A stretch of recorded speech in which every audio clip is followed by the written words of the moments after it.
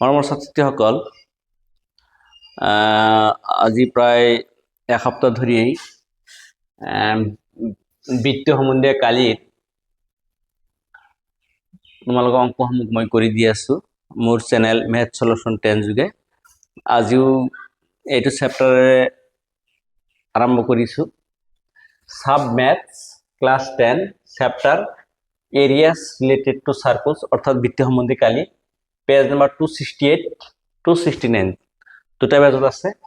উদাহরণ 1 আছে এটা আর অনুসরণী 12.1 কোশ্চেন নাম্বার 1 and 2 আছে। এতে চোৱা কোশ্চেন লিখিবলৈ জায়গা নাই, সময় যথেষ্ট বেশি যায়। যদি তোমালোকে কোশ্চেনটো এতে চাব পাৰা চাব মানে পেজ নম্বৰ কোশ্চেন নম্বৰ দিয়া আছে, তোমালোকে আনসাৰটো হেৰি চাবা, বহি কিতাপখন ওলাই চাবা। এইটো কোশ্চেন আছে, এই ইয়াতে যেটো চোৱা এইটো কোশ্চেন এই কোশ্চেনটো তোমাৰ আছে।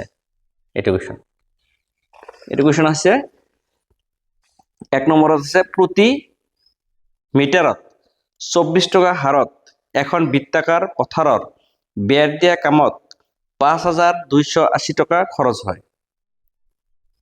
খৰচটো লিখিছে পথাৰখনৰ প্ৰতি বৰ্গ মিটাৰত 0.50 টকা হাৰত হাল বাব লাগে। পথাৰখনৰ হাল বোৱা খৰচ নিৰ্ণয় কৰা। এইটো অংক এতিয়ালৈকে কিতাপখন যেতিয়ালৈকে স্টাৰ্ট হৈছে, মানে 2015 চনৰ পৰা স্টাৰ্ট হৈছে, 2025 চনলৈ অংক পৰীক্ষা প্ৰতি বছৰে ফাইনাল হৈ আছে, এসএসসি এক্সাম হৈ আছে। আজি তাৰিখলৈ এইটো অংক অহা নাই, হয়তো এইবাৰ 2026 যেতিয়া এক্সাম এইটো আহিব পাৰে, তোমালোকে ইম্পৰ্টেন্ট বুলি ধৰিবা। এতিয়া তোমাৰ কি কৈছে, কি আছে পথাৰটো কেনেকুৱা? কথাটো বৃত্তাকাৰ পথাৰ। সমাধান 1 উদাহৰণ 1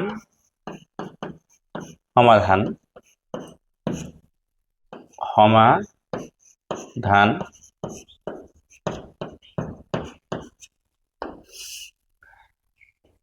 পথাৰটো এনেকুৱা বৃত্তাকাৰ। পথাৰটো বৃত্তাকাৰ পথাৰ।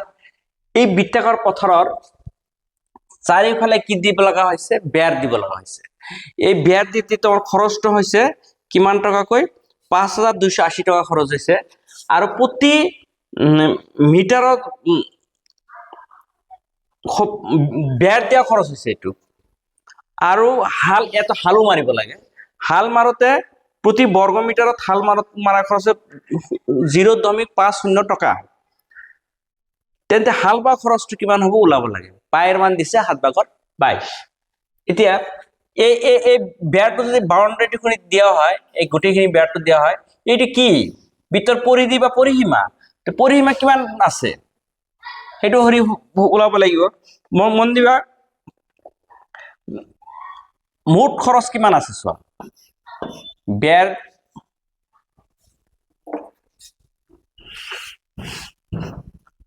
দিয়াত মুঠ খৰচ, বেৰ দিয়াত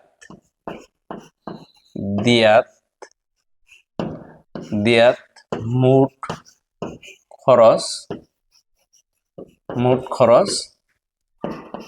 তোমাৰ আছে 5280 টকা। এইখিনি বেৰ দিয়া মুঠ খৰচ আছে। এতিয়া এই যে 5280 টকা তোমাৰ বেৰ দিয়া মুঠ খৰচ হৈছে, এইটো কিহৰ পৰা আহিছে? এইটো তোমাৰ পৰিধিৰ পৰা আহিছে। এই খৰচটো বেৰটো তোমাৰ হেৰি আছে, পৰিধিৰ পৰা আহিছে। তোমাৰ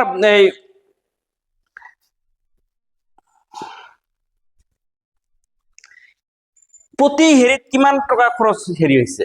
তোমাৰ 1 মিটাৰত বেৰ দিয়া খৰচ 24 টকা। 1 মিটাৰত বেৰ দিয়া খৰচ 24 টকা। তেন্তে এইটো কিমান মিটাৰ দীঘল হ'ব? তেন্তে আমি যদি এনেকা লিখো, বৃত্তৰ পৰিধি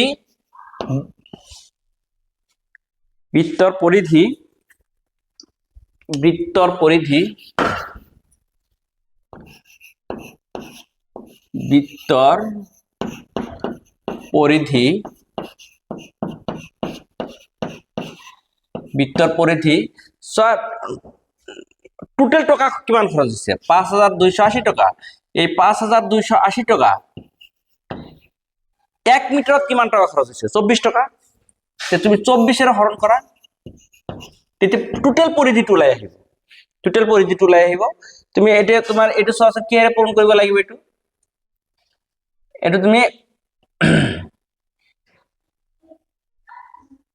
হৰণ কৰাচোন এই 52 24 এর হরণ করা 52 24 এর হরণ করলে কেইবার যাব দুইবার যাব 2 এর মানে 48 হবে দুইবার যাব দুইবার গলে বাকি ইয়াত কিমান থাকিব 48 হল আছে 52 আস বাকি থাকে 4 4 টু 8 তাইলে কি হবে 48 হবে 48 হবে 40 আকো কেইবার যাব দুইবার যাব এটি কিমান হবে আটা শূন্য আহিব তার মানে বৃত্তৰ পৰিধিটি হবে 220 মিটাৰ তুমি এটি কেনেকে ওলালা বৃত্তৰ পৰিধি ইজিক্যাল টু মুঠ খৰচ কিমান 5280 টকা আৰু 1 মিটাৰত কিমান খৰচ হয় 24 টকা এই 5280 24 এৰ হৰণ কৰিলে কিমান ওলাব 220 ওলাব তাৰ মানে এই গুটেইখিনি দৈৰ্ঘ্যটো কিমান হ'ব 220 মিটাৰ 220 মিটাৰ এতিয়া এই যে বৃত্তৰ পৰিধিৰ আমাৰ সূত্ৰটো কি আছিল 2 পাই r ইয়াৰ পৰা আমাৰ r ৰ মান ওলাব সেই r ৰ মানৰ দ্বাৰা আমি এটা আকৌ কি ওলাব লাগিব কালি ওলাব লাগিব তেন্তে তোমাৰ এই মনিবা পাইৰ মানটো তলত দি দিছে কিমান দিছে 7/22 ইয়াৰ পৰা আমাৰ কি মান ওলাই আছে r ৰ মান ওলাই আছে 220 এতিয়া তুমি যদি r টো ৰাখি দিয়া তেন্তে এই 220 থাকিবই এই হাতটো তলত আছে এপিন পুরন তলত হৈ আছে আৰু পুৰন আছে এপিন হলে কি হ'ব ওপৰত হ'ব 7 হ'ব এই দুইটো ওপৰত আছে পুৰন তলত আহিব 22 টো ওপৰত আছে পুৰন তলত আহিব এতিয়া তুমি চোৱা এই 22 আৰু এই 22 কাটিব পাৰিবা 22 কাটিলে ইয়াত কেইবাৰ যাব একবাৰ যাব আৰু এটা শূন্য হ'ব পুরন 7 হ'ব তলত কি থাকিব এই দুইটো থাকিব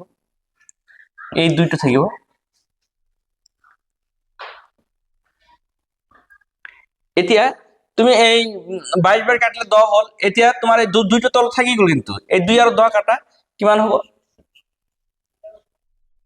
2 আৰু 10 কাটলে 5 হ'ব 5 আর কি হ'ব 35 মিটার হ'ব এটো 35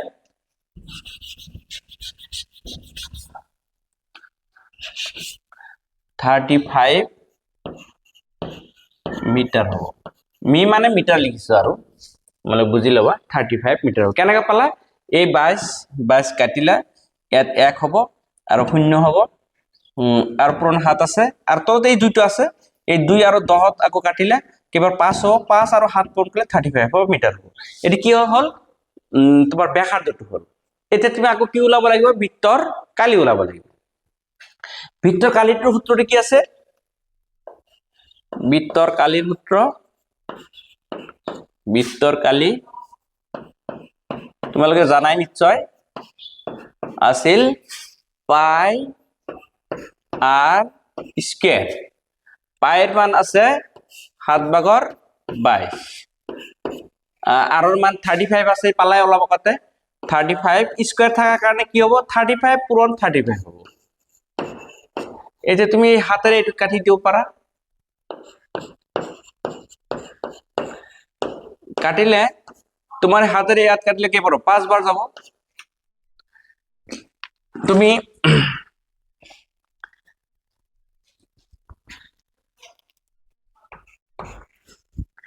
এই 5 আর 8 পূরণ করা আগতে 5 দ্বিগুণ কি হবে 10 হবে 10 হবে আর 5 দ্বিগুণ 10 হাতের 1 আছে 11 হবে 11 হবে পূরণ কি আছে আর 35 আছে 35 আছে এটা সোয়া এই তুমি এই 11 আর 35 35 পূরণ করে 11 5 গুণ 55 হাতে থাকিল 5 11 3 গুণ 33 আর 5 38 38 হবো আর এটা শূন্য হ'ব, এইটো শূন্য। এইটো কি হ'ব, যেনেকে এইটো পৰিধিৰ ক্ষেত্ৰত মিটাৰ আছে, এইটো কালি আছে, কালিৰ ক্ষেত্ৰত মিটাৰ স্কুৱেৰ হ'ব, মিটাৰ স্কুৱেৰ হ'ব, মিটাৰ স্কুৱেৰ হ'ব। এতিয়া চোৱা, এতিয়া হাল, এইটো তোমাৰ আমাৰ পথ, এইটো বৃত্তাকাৰ পথাৰ, বৃত্তাকাৰ পথাৰৰ কালি, কালি ওলাইছো কি 38,3850 মিটাৰ স্কুৱেৰ। তাতে 1 মিটাৰ স্কুৱেৰত খৰচ হয় 0.5 টকা, তাৰমানে আধা টকা খৰচ হয়, আধা টকা, তাৰমানে 1 টকাৰ আধা। 1 টকাৰ আধা যদি খৰচ হয়, তাহলে 2 মিটাৰত কিমান টাকা খৰচ হ'ব? 1 টাকা খরচ হবো। 4 মিটারত কেই টাকা খরচ হবো? 2 টাকা খরচ হবো। 100 মিটারত কেই টাকা খরচ হবো? 50 টাকা খরচ হবো। 200 মিটার স্কয়ার কিমান টাকা খরচ হবো? 100 টাকা খরচ হবো। 1000 মিটার স্কয়ার কিমান টাকা খরচ হবো? 500 টাকা খরচ হবো। 2000 মিটার স্কয়ার কিমান খরচ হবো? আধা হয়ে যাব, 1000 টাকা খরচ হবো। 3000 কিমান খরচ হবো? 1500 হবো। ঠিক 4000 মিটার স্কয়ার কিমান হবো? 2000 টাকা খরচ হবো। 4000 নাই, 4000 কে 50 টাকা কম আছে, তে 50 এর আধা কিমান হবো? 25। তার মানে কি হবো? 38 এর আধা 38 এর আধা 19 হবো, 19 হবো, আর 50 এর আধা কি হবো? 25 হবো। তার মানে 1925 টাকা খরচ হবো, 1925 টাকা খরচ হবো। এটা আমি মুখে মুখে যেটা হিসাব হেঁটে উলালো। এতে আমি অঙ্ক দিয়ে উলালে কেনেকা হবে লিখিম, 1 মিটার স্কয়ারত খরচ, হাল বোৱা খৰচ, তাৰ মানে খৰচ মানে হাল বোৱা খৰচ, হাল বোৱা খরচ, খরচ কিমান আছে? 0.5 টকা। এতিয়া তুমি এই যে এই 1 মিটার স্কয়ার এইটো লিখি দিয়া, 3850 মিটার স্কয়ারত হাল বোৱা খৰচ। এই 1 আছে নহয় ওপৰত, এইটো ডাইরেক্ট ইয়াত পূরণ হব, 0.5 ইনটু 3850 ইমান হব কি 5 শূন্য গুণ এই দশমিক এটা আছে বল দিব, 5 শূন্য গুণ শূন্য হব, 5 5 গুণ 25 হব, 5 8 গুণ 40, আর 2 কি হব 42 হব, 5 3 গুণ 15, আর 4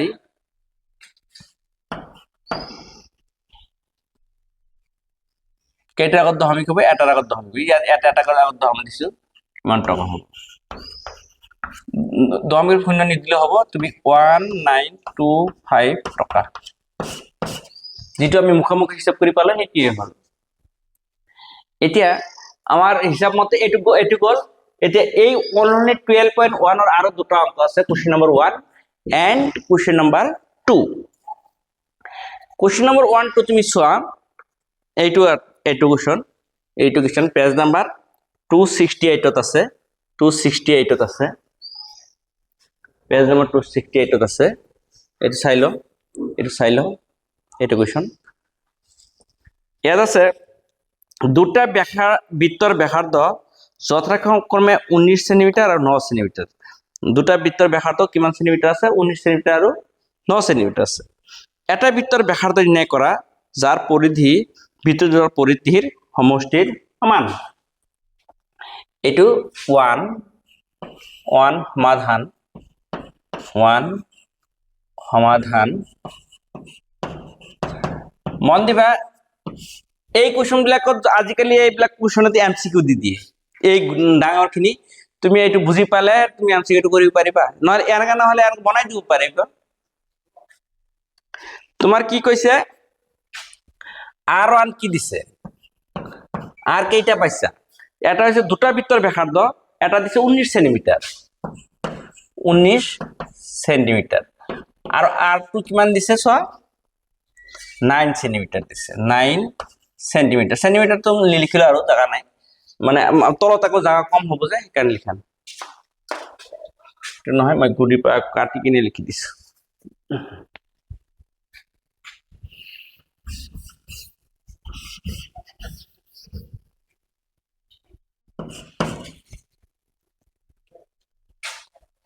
R1 আছে 19 সেন্টিমিটাৰ, R2 আছে 9 সেন্টিমিটাৰ।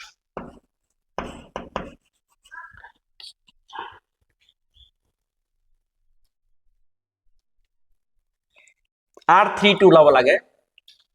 আচ্ছা এইটোৰ পৰিধি কিমান হ'ব? এই R1 ৰ পৰিধি হ'ব 2 পাই r, এইটোৰ পৰিধি 2 পাই r, এইটোৰ পৰিধি কি হ'ব 2 পাই r, ইয়াত 1 আছে কাৰণে 1 হ'ব, ইয়াত 2 আছে কাৰণে ইয়াত 2 হ'ব। এই দুটা পৰিধি যোগ কৰাৰ পিছত 3 নম্বৰ বৃত্তটোৰ পৰিধি হ'ব। যোগ কৰাৰ পিছত 3 নম্বৰ বৃত্তটোৰ পৰিধি হ'ব। 3 নম্বৰ বৃত্তৰ পৰিধিটো একেই হ'ব, 2 পাই থাকিবই। ইয়াত কি হ'ব r3 হ'ব। যেনে ইয়াত r1 দিলে, ইয়াত r2 দিলে, ইয়াত r2 কি হৈ গ'ল 3 হৈ যাব।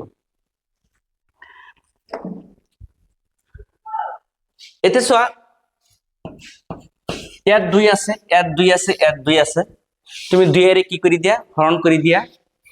ইয়াত পাই আছে, ইয়াত পাই আছে, ইয়াত পাই আছে, তুমি পাইৰে হৰণ কৰি দিয়া।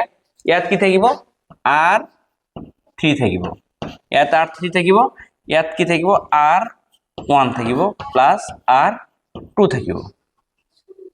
এতিয়া r3 মানে তৃতীয় বৃত্তৰ ব্যাসাৰ্ধ, r3 মানে তৃতীয় বৃত্তৰ ব্যাসাৰ্ধ। r1 কিমান আছে 19, r2 কি আছে 9,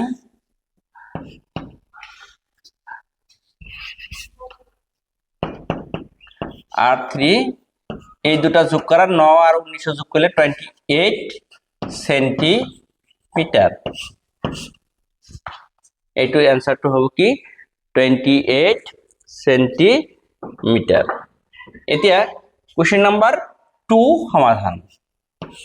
2 সমাধান।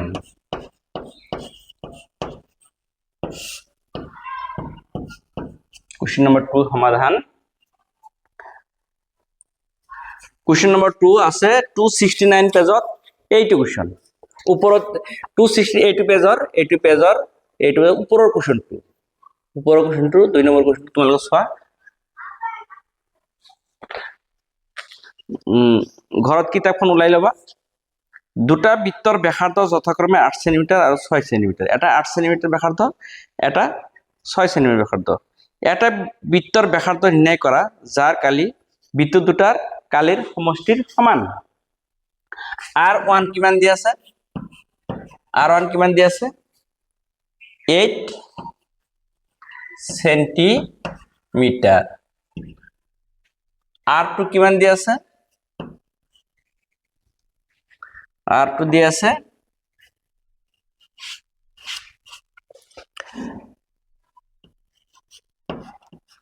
r2 দিয়া আছে 6 সেন্টিমিটার। c মানে সেন্টি, m মানে মিটার, সেন্টিমিটার। এতিয়া আমি কি ওলাব লাগিব r32 ওলাব লাগিব, r32 ওলাব লাগিব। r32 এতিয়া এইটোৰ কালি কি হ'ব? এইটোৰ কালি হ'ব পাই r স্কয়াৰ। বৃত্তৰ কালিৰ সূত্ৰ এই যে ইয়াত পাইছা নহয়, বৃত্তৰ কালি ইকুয়াল টু পাই r স্কয়াৰ। তেতিয়া এইটোৰ কালি কি হ'ব পাই r স্কয়াৰে হ'ব।